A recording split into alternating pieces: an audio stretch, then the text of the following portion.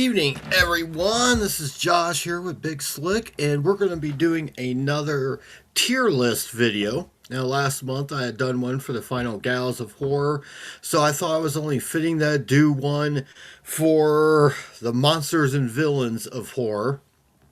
So we're going to do another tier list. I've got about 50 of them altogether that we're going to be going through. And of course, I could have easily done 100. So if your favorite one is left out, apologize in advance. Going through these was quite the chore for sure. And like I said, I'm sure there's probably plenty others that I left off, but I tried to use the most recognizable ones throughout our horror pop culture, I guess, and even through some others in there that maybe a lot of people don't talk about or you don't even think about. So I wanted to throw a few surprises in there as well. So with that, one of the problems I had to think of is there's like certain characters that have been played by several different actors, like Dracula, like Jason, or Frankenstein's monster, or Michael Myers. So I'm just picking the character pretty much overall and maybe basing it mostly on maybe my favorite actors that played that role for the most part. So I did that. So, and also there's also plenty of actors who've played numerous different horror characters. So I try to limit it to just one character per actor. I kind of did a similar thing with the Final Gals. So with that, let me get started here. We'll bring that up real quick here. And I'm just going to... Yep, there I am. And we're going to get this thing started here. Okay, so the first one we have here is Angela from Sleepaway Camp. And, of course, played by Felissa Rose. And I'm going to just put her in as creepy. And yeah, these are my tiers too. The top tier is Icon of Horror.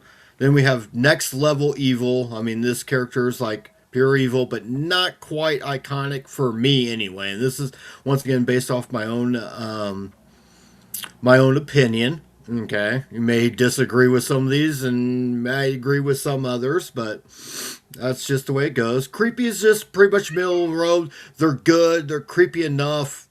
They make a very good villain. And then you have they're at least villainous, which means they're okay. They're okay, nothing great.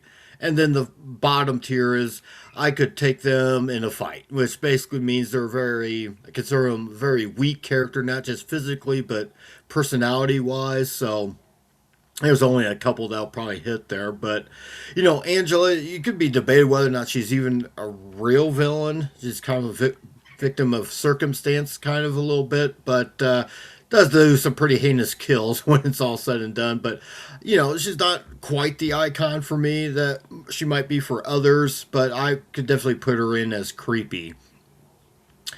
The next one we have here is Candyman, of course played by the late great Tony Todd, and I'm definitely putting him right up there as icon of horror. Yeah, some of the later sequels weren't very good, but once again, I'm basing this mainly on the character, not so much the movies. Tony Todd's was perfect for this role, and I mean, this role pretty much cemented him as a horror icon, and just his words alone are terrific. His lines, "Be my victim." So yeah, definitely Candyman's up there as an icon of horror. Next, we have from the Omen series, we have Damien Thorn. I forget who played him in. This is from Omen, Damien Omen 2. I'm putting him in as creepy. I could put him in Next Level Evil. This is like my favorite version though of that character, and I'm not as big of a fan of the movies. I've only seen the first three. I haven't seen the remake or some of the other prequels or anything like that. But I like this version the best though because this is him as an adolescent as he's beginning to learn who he is and what he is. But I can put him in as creepy for sure. You know, because I thought as the kid in the first one is creepy but doesn't really do much of anything really. Here's where he starts developing his powers and so forth. Next, here we have Frankenstein's monster, and I'm definitely putting him right up here as an icon of horror. Of course, this version, my favorite version, played by Boris Karloff. Of course, there's been other versions, but this is my preferred version. And, you know, you can once again debate whether or not he's really the villain of these movies that he's portrayed in. You know, he does kill some people along the way, and particularly in the first couple films in Frankenstein, Bride of Frankenstein. But once again, he's the face of these movies. He's what's known as the monster of these movies, even though he might not be the real monster. That could be Dr. Frankenstein himself, but definitely a icon for me, and I think for most people would agree. So next we're going to go with another one that's probably going to hit, and that is Freddy Krueger from the Nightmare on Elm Street films. And yeah, I'm putting him in as an icon for, of course, played by Robert Englund through most of the films, with the exception of the remake. His standout performance for me, I think, is really the first three films. But yeah, icon for sure. Love Freddy. I think most people do. And I would definitely put him when he's being the scary Freddy with a few one lines and not being a stand up comedian. So, which I almost just put him in next level evil, but I'm gonna keep him up as an horror icon. Next, we have, of course, well, sometimes called Bruce the Shark, but the shark from Jaws. And if you wanted to include Jaws 2, 3, 4, I suppose you could, but I'm putting him as next level evil. What makes this creature so terrifying, of course, is he really, great white sharks do really exist. They do bite people. They might not eat you whole, but they are out there and they can be dangerous. So this kind of resonates. So yeah, I'll put good old Bruce up here at next level evil. And then we've got another big one here. I got a feeling the icons of horror are really going to probably fill up here really quick. But we, of course, have Michael Myers, of course, played by several different actors throughout. Oh, how many Halloween films have we had that featured Michael? I think 11 or 12, maybe. Not, of course, obviously wasn't really in Halloween 3 other than a small little TV commercial. But yeah, I mean, Michael Myers, might be considered at least one of the two kings of slashers. Certainly considered the prototype for the slasher. But yeah, Michael, this particular one, this is one from played by Dick Warlock from Halloween 2, and I always kind of like flip back and forth which Michael I like better, him or now I can't believe the original Michael Myers, and I'm like already skipping on his name here. Nick Castle, of course. Always loved those two both kind of equally, so I do find maybe part two being a little bit more scarier, but either way, they're both terrific performances of Michael Myers. I did like James Jude Courtney's performance in the most recent trilogy, even though I wasn't a big fan of the trilogy. I did like Tyler Maine's performance. I thought George P. Wilbur's performance was good in both 4 and 6. So most of the performances I think have been pretty good. And I do like the look of the mask, particularly in the first couple films. So next, we're going to go with Otis, played by Bill Moseley. Of course, in the what's called the Firefly trilogy of House of a Thousand Corpses, Devil's Rejects, and later on Three from Hell. I love this character. I can definitely put him up in Next Level Evil. A lot of great lines that he gives, some of which he kind of like did on his own, kind of sub, you know, it's Tuesday night. What do you expect here? But yeah, he certainly came up with a lot of his own good lines, kind of ad libbed. That was the word I was looking for, some of his lines. And I love him best in House of a Thousand Corpses, but he's also great in the other two films, particularly Devil's Rejects. So yeah, so we got Otis Driftwood from the Firefly trilogy. Next, we're going to go with Pearl, played by Mia Goth. And I'll put her up in the Next Level Evil category. Of course, this character was portrayed by Mia Goth both in Pearl and previously in X. And of course, in X, she's much older. She's like in her 80s, I think, by that time. But we see her here from Pearl. And once again, this is a character that you could say is a victim of circumstances that drives her mad and drives her to become an evil killer, basically. But, you know, her Mia Goth's performance, I think it's well documented how much everyone loves that performance. So yeah, I'm definitely going to put her up there. Some people might even have her up in Icon, but not quite there for me yet. So next, we've got a vampire, one that's not talked about enough, if you ask me, and that is, of course, Blackula. And let me look here. And I definitely put him up as creepy. I think his name is actually Prince Mamawadi, if I'm not mistaken. And he was played by William Marshall. But it's been a long time since I have watched these films, and I plan on probably doing a rewatch, at least on the first one, if not also the second one. But I think a great vampire character for sure. Once again, this is one of these characters that we don't talk a lot about, but if you have not checked out Blackula, and this was from, I believe, the first one from 71, 72, I certainly would recommend that. And then we've got the Creeper from Jeepers Creepers series. I believe it was the first 3 or 4 films that were played by, and I'm trying to think where I want to put him. I'll put the Creeper in as creepy. I think it's a pretty good villain. Jonathan Breck played him, I think, in the first 3 films, maybe even 4. I can't remember how many there are. I've only seen the first 2, which I enjoyed both, especially the first one. Yeah, this is definitely a great villainous role here, and I've always enjoyed that character, despite the person who made the movies.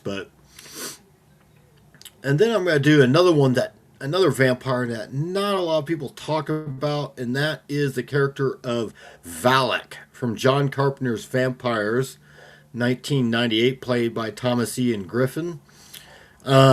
Maybe one of the most brutal vampires you'll see in a movie. I mean, just what he does in the not the opening scene, but it's fairly early in the movie where he just slaughters everyone in that little roadside motel, splitting poor Mark Boone Jr. in half with his hand. So, I mean, that was enough to put him on there. But about as great of an evil vampire character as you're going to get. So, yeah, Valak, I'll put him up there at Next Level Evil. And then we have the Xenomorph from the Alien movies. This one's from the original, and I'll put up there at Next Level Evil for sure. These characters don't have, it was great design and, once again, a very unstoppable killer for the most part, but particularly in the first and third movies, I think, they don't have a whole lot of personality to them.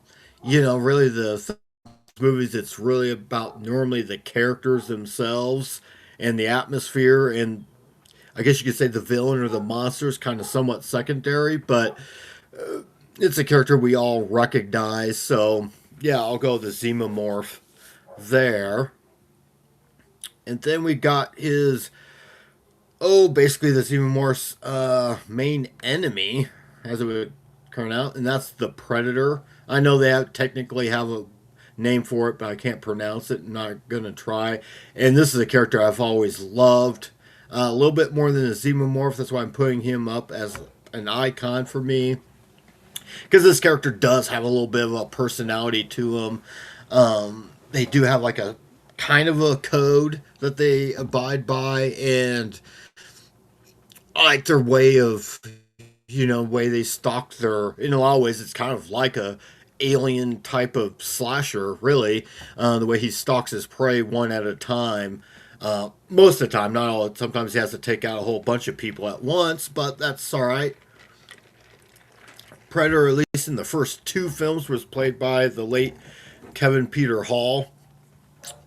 It was perfect for playing that role. I'm so glad they went with him and not Jean-Claude Van Damme, which is what they were originally going to do with the first film. Like they made the right choice. And next, we're going to go with, and this could be a controversial pick, I don't know, but we have Art the Clown. And I'll put Art, I'm putting him up. I mean, he's a really good character. Yeah.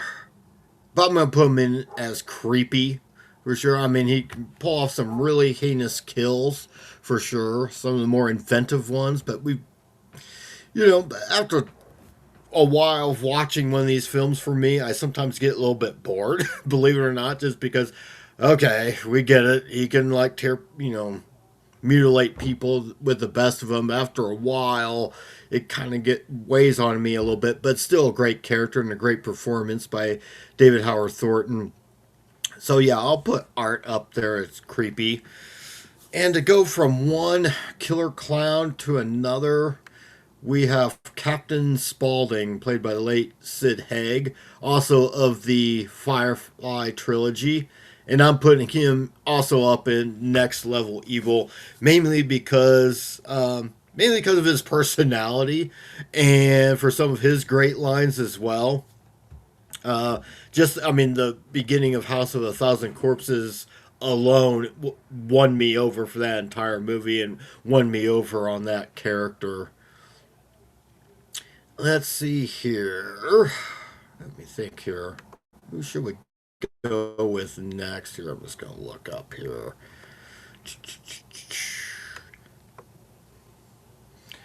From David Cronenberg's Scanners, what was it?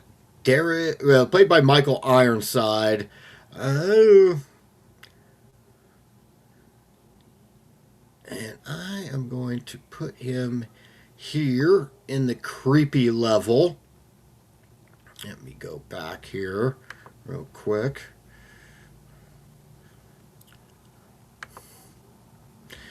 And so that is, of course, Darryl Rovick, I believe is the character's name. I might be, bring that back. There we go. Played by, once again, Michael Ironside. Great performance, particularly around that beginning part where explodes that guy's head. Would have liked to seen a little bit more of him in this movie, but yeah, I definitely put him up there as creepy, on the creepy level. And so far, all the ones I've done are in those top 3 levels, which is probably where you want to be for me to really be invested in the particular characters.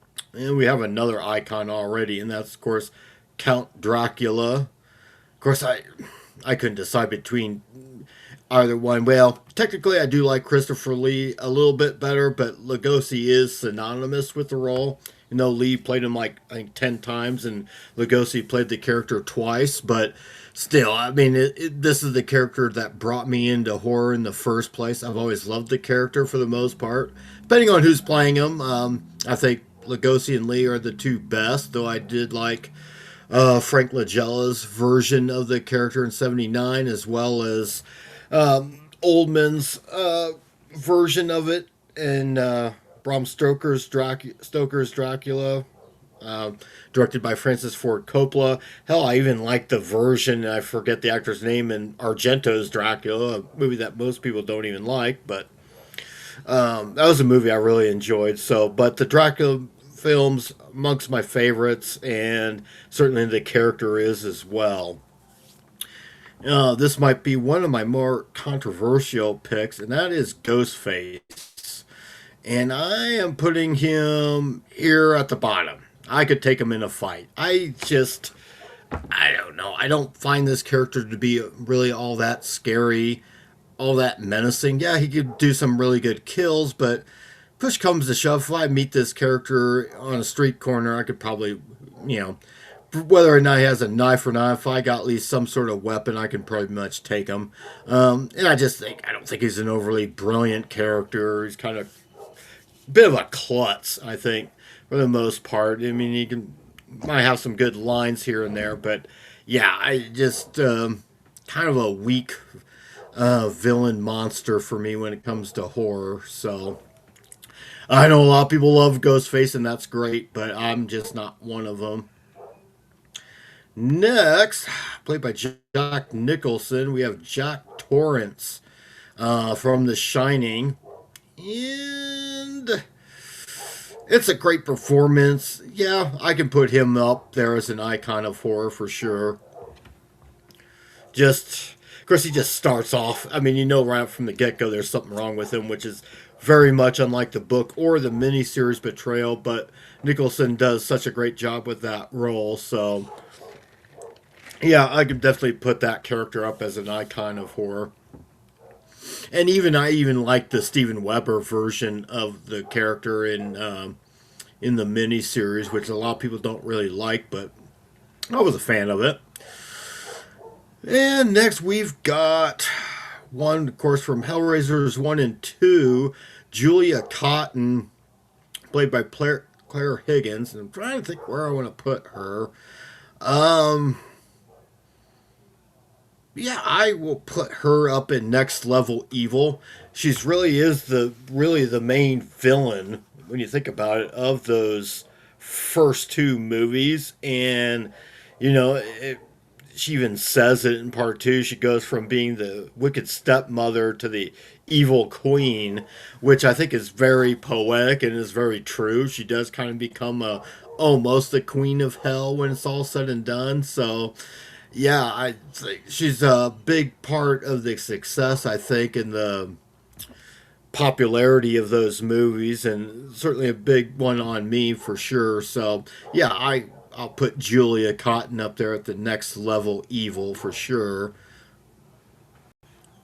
And let's see, next, I think we've got ourselves another female monster, and that is Marcella Karnstein. This is one that a lot of people don't talk a lot about. Played by Ingrid Pitt in The Vampire Lovers, which was a Hammer film.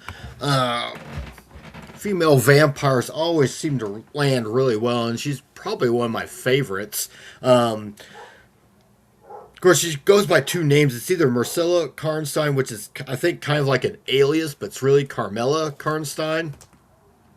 But she's one of those many vampires that uses seduction to get her prey, whether it's male or female, and probably could seduce me for sure, but or a lot of other people for that matter. But yeah, I definitely have her up there as Next Level Evil. And we've got next Pennywise from, well, whichever. The It movies or the It miniseries or even Welcome to Derry. I'm really just focusing on the movies. Here we got like a nice little split picture of Skarsgård and Tim Curry, and I definitely have Pennywise up there as the icon of horror.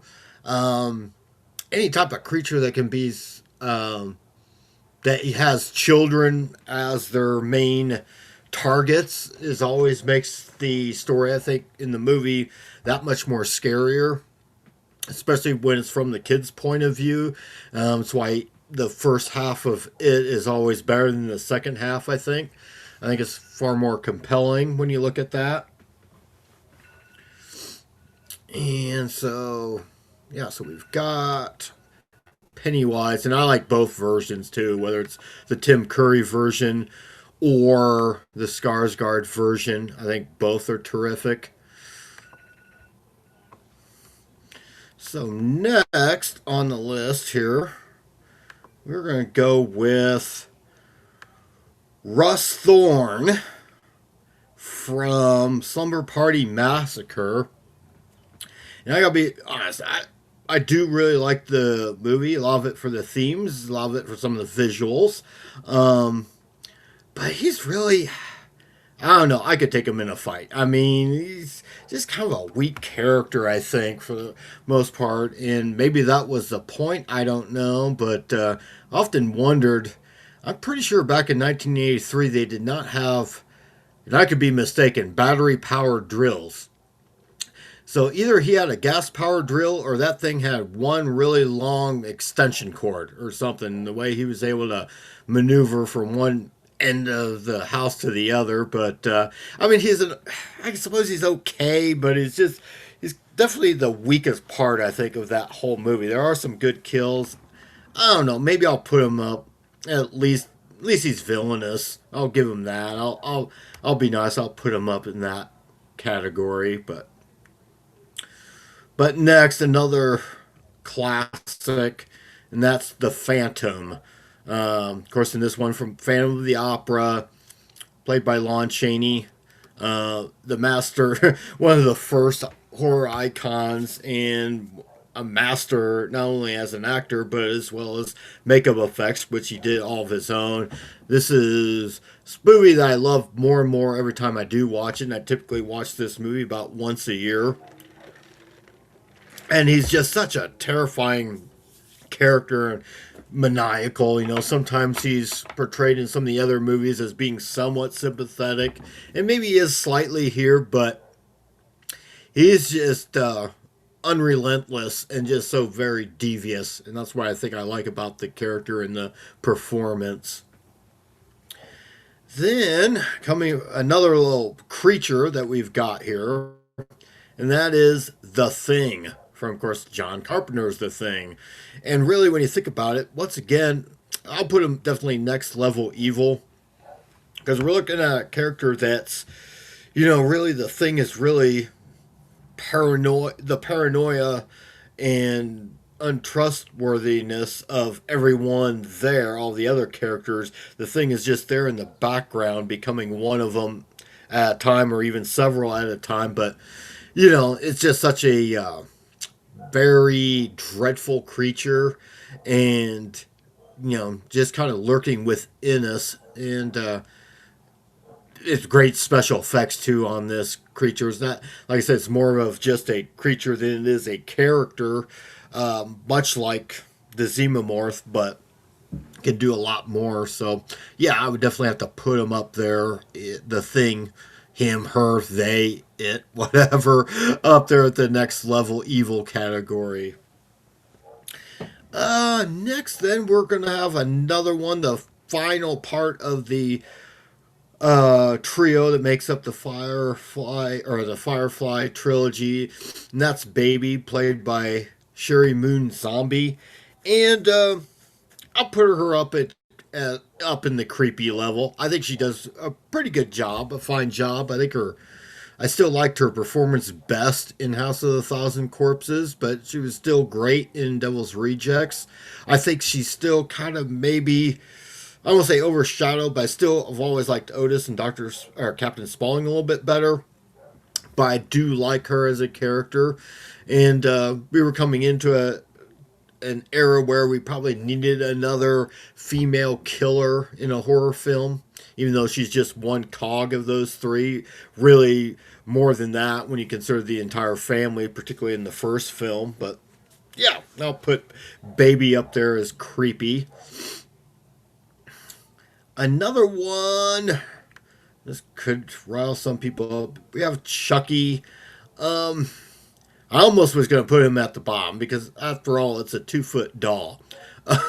But because the betrayal, the voice betrayal anyway of Brad Dourif is so terrific, and I do enjoy it. Uh, I'll put him up as creepy. He is a creepy looking doll. There are some decent kills. To be honest, I've only seen the first three films. Or was it? I've seen the first two and I've seen the fourth. The first two in Bride of Chucky, and I can't remember which one that is. But, Brad Dourif's voice certainly makes the character for sure. I just think it's a little ridiculous. Little 2-foot dolls running around killing people. But that's me. But yeah, I'll put him up in the creepy level. Next, we have, and this is kind of like a Dracula adjacent character, but Count Orlok, which, of course, this one here, Max Schreck in the original 1922. I'm putting him up as next level evil. I do also like the Skarsgård version from 2024. I probably like that movie better than the original. Not as big of a fan of 79's version, but it's okay. But given the fact that he is patterned after Dracula and considered maybe the first Dracula type of film, but I decided to separate them because the characters are a little bit different in their mannerisms and certainly in their looks, and maybe that's why I would certainly put Dracula ahead of Orlok, because maybe he has a bit more personality, a bit more character to him. But I'll definitely put Orlok up into next level evil. And let's see here. And we got another vampire, and this is a popular one for many people, and that's David from The Lost Boys, played by Kiefer Sutherland. And I'll put him up in the creepy level.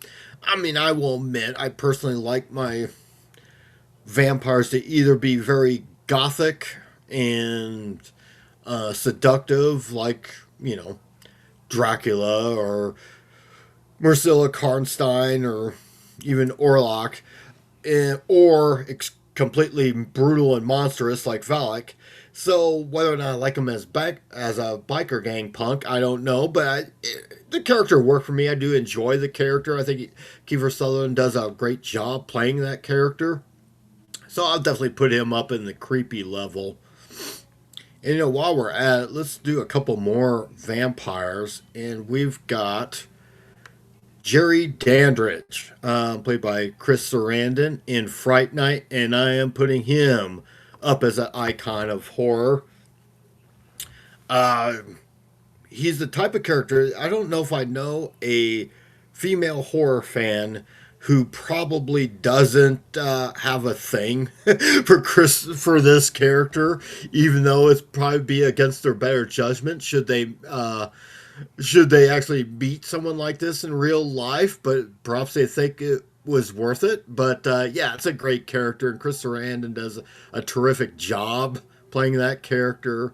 So from a male seducing vampire, we'll go to a female one who doesn't even have to say a word to get what she wants, and that is, doesn't really have a technical name, but I guess the space vampire from Life Force, played by Matilda May, and I'm going to put her up in next level evil.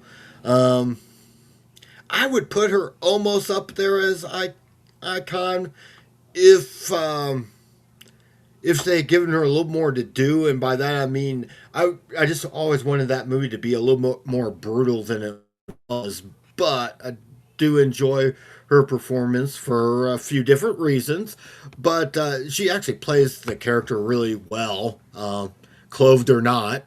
But that was kind of the point, that she could use her own sexuality much in a similar way in which other vampires do, only hers is a lot more, I guess you could say, overt about it, to lure men into her web, so to speak. So whereas most women would love to, get with Jerry, I think most guys would like to get with the space vampire, even if that cost them your life and soul. But maybe most people would think it was worth it. Next, then, we're going to go with another iconic character, and that's Dr. Hannibal Lecter. And character wise, even though I'm, well, character wise, yeah, I'll put him right up here. And once again, I have kind of a split version there of Anthony Hopkins on the right and Brian Cox on the left. I myself do prefer Brian Cox's performance a little bit better than Anthony Hopkins, but Hopkins did play him in about 3 movies, and I thought he was terrific in all 3. Even though I'm not as big of a fan of those movies, even Silence of the Lambs, as I am with Manhunter, but it's a great character. It's great performance by both actors. Both of them brought something different to the role. And a lot of that could be what the directors wanted out of those characters. So, yeah, I definitely would put Dr. Lecter up there at the top. Next, we have Pamela Voorhees.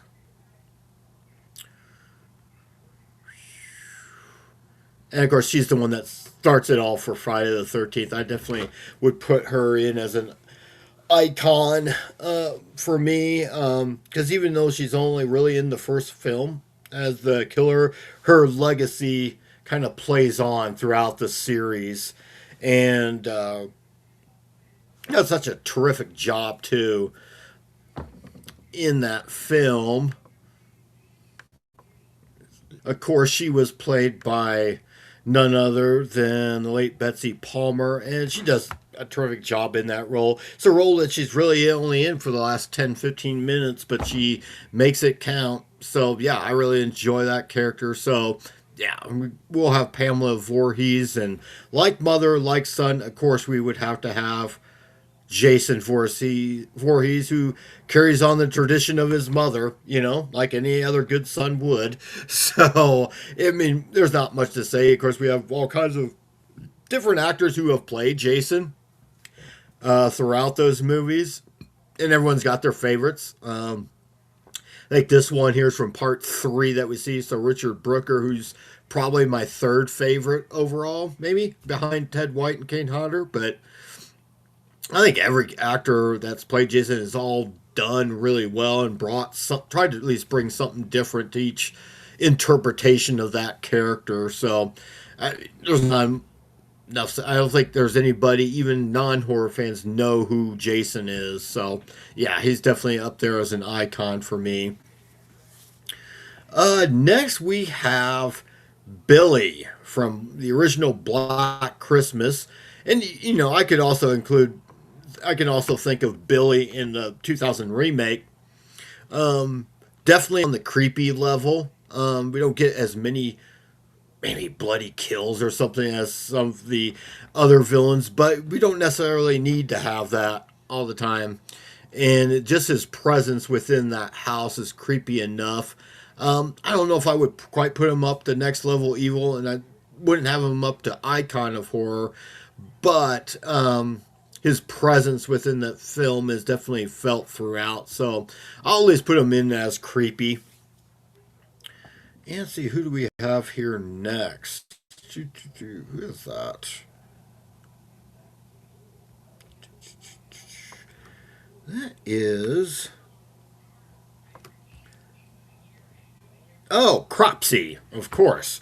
Yes, Cropsy from The Burning.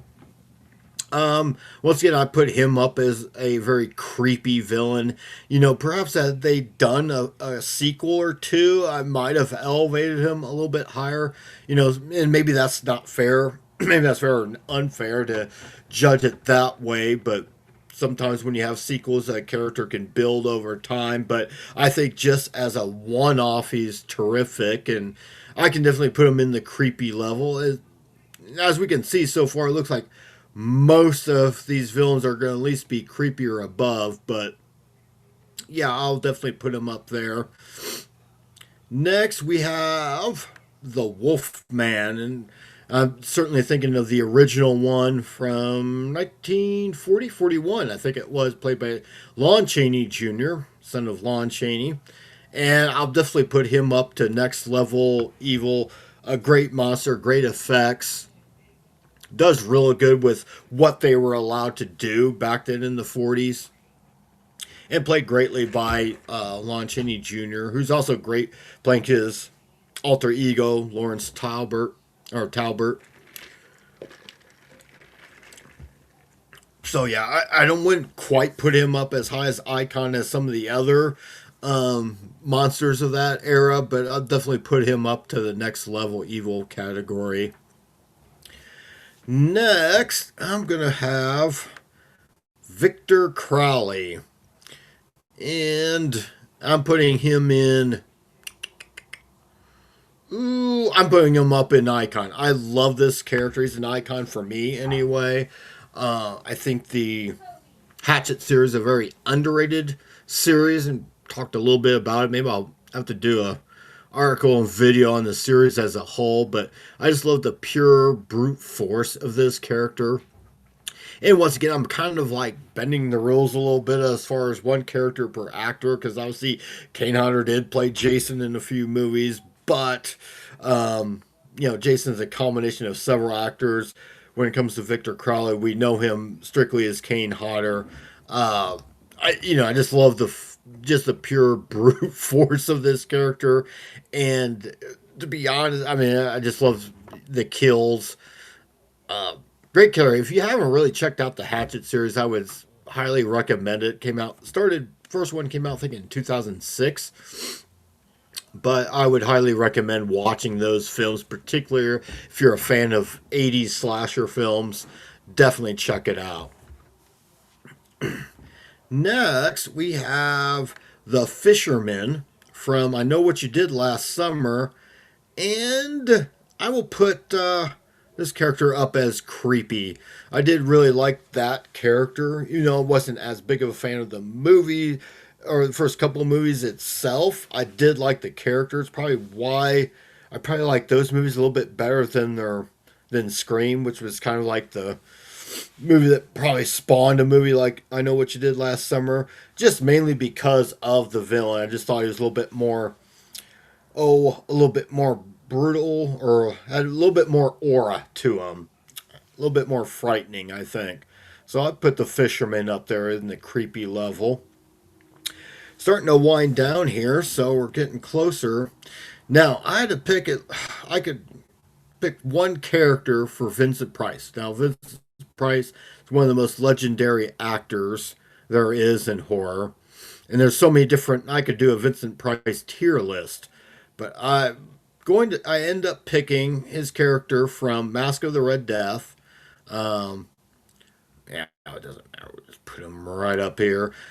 Prince Prospero. And that's because this character is just unrepentantly evil. There's absolutely no good qualities about him. Some of the other characters Vincent Price has played, particularly the villains, oftentimes they were maybe something happened that driven that character to madness, and maybe he didn't start off evil, kind of like Henry Gerard in House of Wax, or even his character in Pit and the Pendulum. But this character is just pure evil, doesn't care what you think. He has all the power in the world, and it's just one of his best performances too. And I really do like the character.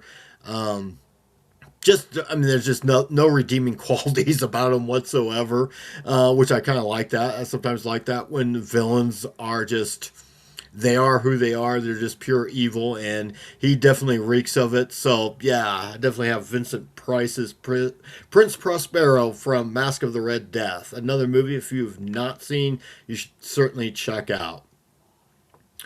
Another one here we have is Pazuzu from The Exorcist. So many people different. I think the physical form of this creature was played by Eileen Dietz, and I forget who did the voice of him. I'm sure someone will tell me, but definitely next level evil. I'm not as attached to the Exorcist films as a lot of other people are, but man, I mean, when this thing appears in this pure demonic form, I mean, it's creepy enough when it's under Linda Blair's, and maybe it's more creepier, you could argue, but when we really see the face of this evil that's inside this child, it certainly makes an impression, and it did on me. So yeah, I'll definitely put Pazuzu up to next level evil, which then also brings us to Norman Bates, uh, played by Anthony Perkins, and of course Psycho, as well as Psycho 2, 3, and 4, I believe. And I'm definitely putting him in as iconic. Um, it's a great character, and I actually think, even though I would say the first one's definitely the best in my favorite of that series, I think it's actually his best. I think his performances actually get a little bit better. I would say it's actually in Psycho 2, I think is his best performance of that character because I think he's giving a little bit more to do uh, in that role. Even though I would say the first Psycho is certainly a classic and better than the second one, but the second one's one of those better, but one of the best sequels I think that's ever been made. I would put it in the top five, top six as far as like the number two parts two of a franchise. So it's hard to think of Psycho as a franchise, but in modern terms, it would be. So, yeah, I would definitely, of course, Norman Bates, another horror icon. Next, and of course, as we know, Norman Bates was loosely based off of Ed Gein, which brings us to the next character here, also based loosely off of Ed Gein, and that is Leatherface, who's played by several different actors. I think the most famous is Gunnar Hansen from the original.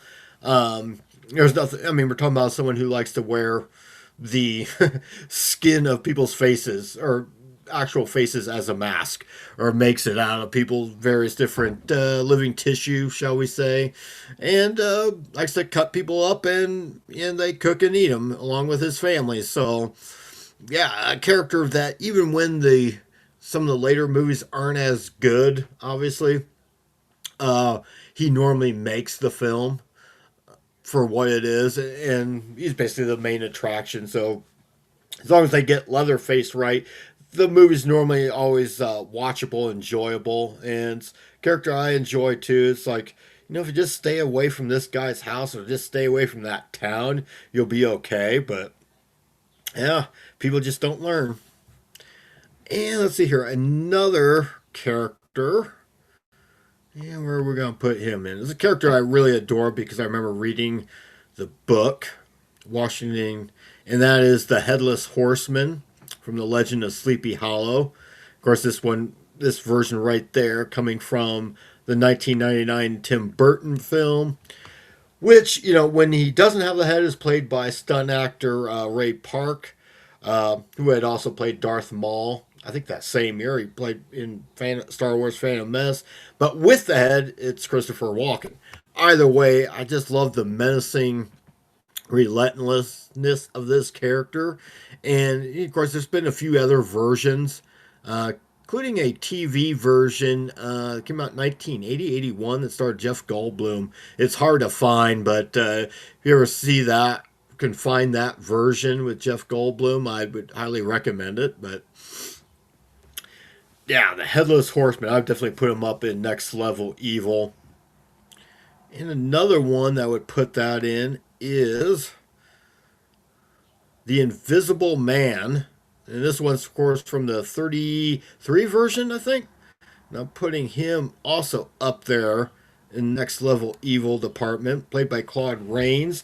There's, of course, been, once again, several different Invisible Mans. A lot of them have different backstories or different ways they become invisible. Most of the time, it's through some scientific experiment.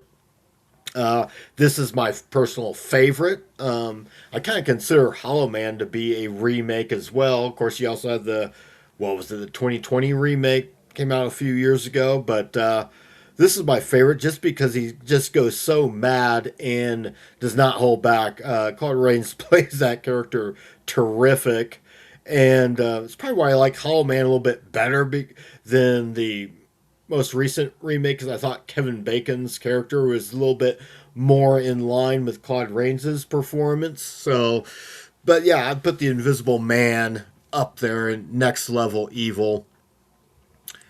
And we're getting close here. Next, oh, she's definitely an icon.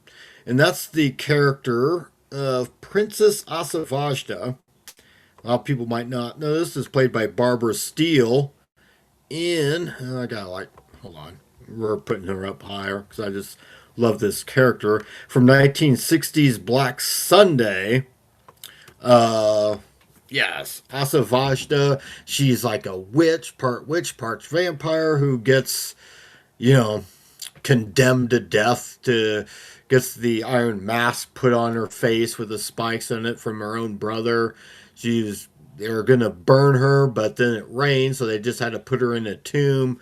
Blood brings her back to life, and even though she doesn't do a whole lot in the movie, once again, sometimes it's all about presence and what she causes other people to do in the movie. And she comes really close to winning at the end. There's just made one little fatal error revolving a cross necklace, or else her, uh, I guess her descendant would have been successful in trading bodies with her descendant, also played by Barbara Steele, who plays two roles in this movie. But yeah, this is what you don't think of this character very often. But I've always loved this character, and I think amongst if anyone could probably seduce me to my doom, it would be that one right there. Barbara Steele and any character could, but yeah, I'm putting her up there as an icon for me as far as horror villains and monsters go. And we're getting so close. And then we're going to have, and this one's kind of debatable too, but I'm putting John Kramer, played by Tobin Bell. Um, I'm putting him up. What are we doing here? I'm putting him up there in icon status as well. Of course, also AKA Jigsaw. And once again, you could debate whether or not he's really a villain or not. More of an anti hero more than anything, because a lot of the people that he kind of puts through their little traps and games probably kind of deserve it a little bit there, particularly in Saw X. But, he is I guess you could say, the monster of that franchise. Once again, a monster who is made by other people and kind of a victim of circumstances and so forth, and has such an interesting way of kind of drawing out kind of getting the best of people for the most part. And I definitely, even though I'm not as big a fan of all the movies, I mean, really the first two and the last one are really my favorites and my go-tos. But he's always, and even some of the lesser films, he's always the main attraction of those movies. And yeah, definitely I have him up as icon of horror. And we're definitely seeing that we've got a lot of different icons up there. Oh, finally, I think we all know where he's going. We, of course, have the Hell Priest himself, Pinhead, played by Doug Bradley.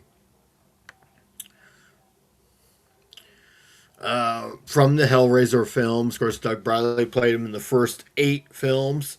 I would probably, as far as the other versions, Jamie Clayton was pretty good in the reboot. A couple of the other ones, one was awful, one was okay. But we're mainly talking about the Bradley version. I love the character. Like, say, a character